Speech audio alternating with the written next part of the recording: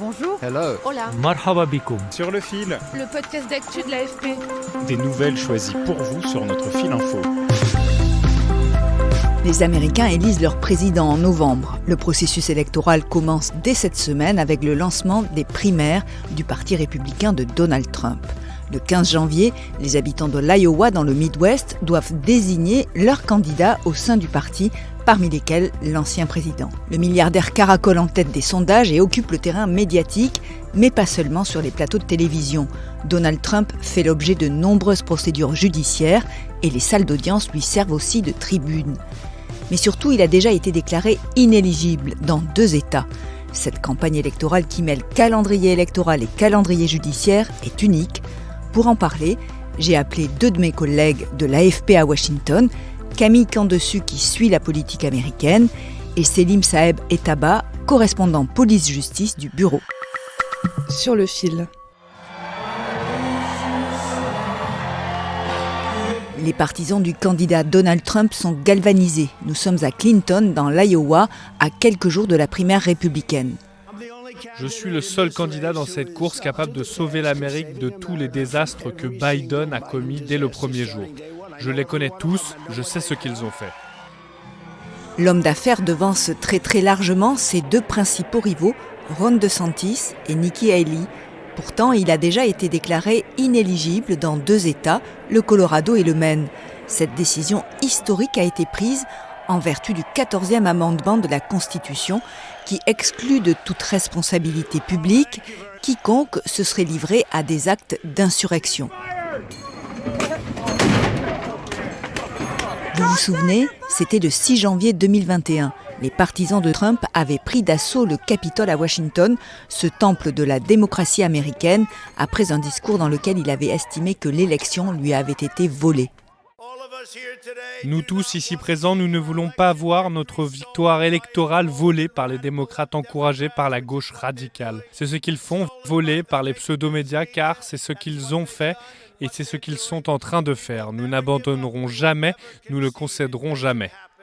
3 ans plus tard, Donald Trump continue à clamer à tort qu'il a remporté l'élection.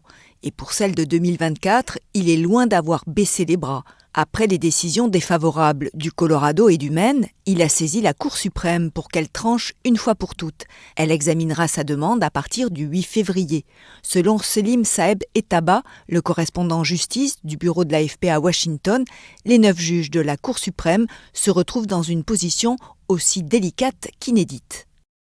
La plupart des juges de la Cour suprême n'ont sans doute aucune envie de mettre le doigt là-dedans. Donc ils peuvent très bien, et c'est ce à quoi s'attendent la plupart des commentateurs juridiques, essayer de botter en touche ou de renvoyer l'affaire à la juridiction inférieure d'où elle provient. Ce à quoi on s'attend, c'est que sur l'aspect spécifique de l'éligibilité de Trump, il ne bouleverse pas le jeu et qu'il laisse le processus se dérouler. Notamment, il y a une histoire de calendrier. Rien ne les oblige à prendre une décision avant le 30 juin, qui est la date de la fin de leur session actuelle. Et dans ce cas, à la limite, ils pourraient aussi renvoyer la résolution de cette question à après l'élection. Et dans ce cas, si par exemple Trump n'est pas élu, la question se sera résolue d'elle-même. Trump est visé par 5 procédures judiciaires. En termes de calendrier, il est censé comparaître dès le 4 mars devant la justice fédérale à Washington, qui l'accuse d'avoir tenté d'inverser illégalement le résultat de la présidentielle de 2020 remportée par le démocrate Joe Biden. Cette grave accusation lui fait risquer des années de prison. Mais ce rendez-vous, la veille du Super Tuesday, où 14 primaires républicaines sont organisées, pourrait être repoussé. Par ailleurs, Donald Trump est notamment poursuivi pour avoir emporté chez lui des documents confidentiels après son départ de la Maison-Blanche, ou encore pour avoir versé des pots de vin à une star du porno à la veille de l'élection de 2016. Camille Candesu, ma collègue qui couvre la politique américaine, s'attend à une année électorale plus que particulière.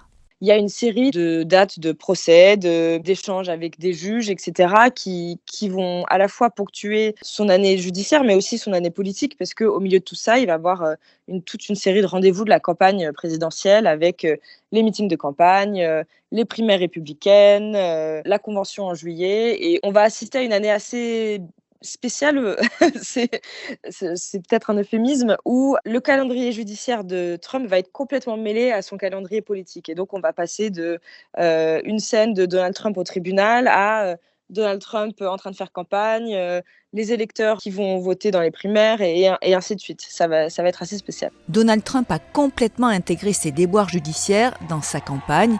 Il en a même fait un de ses arguments massus.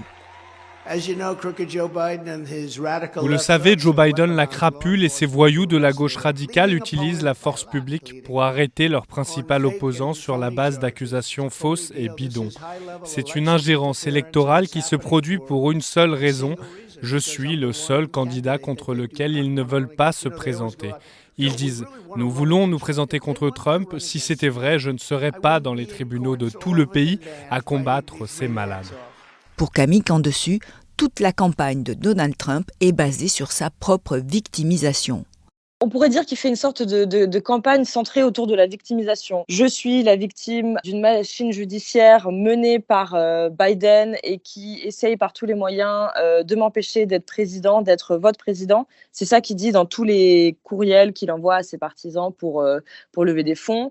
Et pour l'instant, ça marche assez bien, je dois vous dire. À chaque fois qu'il est inculpé, à chaque fois qu'il y a un rebondissement dans une de ses affaires judiciaires, il lève des sommes folles. Les partisans de l'homme d'affaires sont sollicités par SMS ou mail à chacun des rebondissements judiciaires. Dès qu'il y a eu la décision du Maine et du Colorado, il a à nouveau lancé ses campagnes de levée de fonds. C'est des emails tout en gras, tout en rouge, où il dit « Cher patriote, c'est à toi de m'aider parce que tu comprends bien, toute la machine des marxistes et des communistes de Biden est à mes trousses. C'est des décisions dignes de comprendre dans des dictatures et il faut que tu me soutiennes. » Et en dessous, il y a un lien pour donner 24, 100, 250 dollars et ça fonctionne très bien.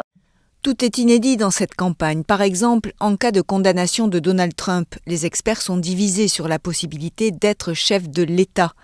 Autre inconnu, quel sera le sort de la campagne républicaine si Donald Trump est déclaré inéligible ? Et plus la décision interviendra tard, plus cela sera compliqué, car entre mars et avril, une grande partie des États auront déjà choisi leur candidat républicain. Alors que fera dans ce cas le Parti républicain ? Sera-t-il forcé de réorganiser des primaires ? C'est la grande inconnue. Merci de nous avoir écoutés. Sur le fil revient lundi. Si vous avez aimé cet épisode, alors n'hésitez pas à vous abonner. Je suis Emmanuelle Bayon, à bientôt.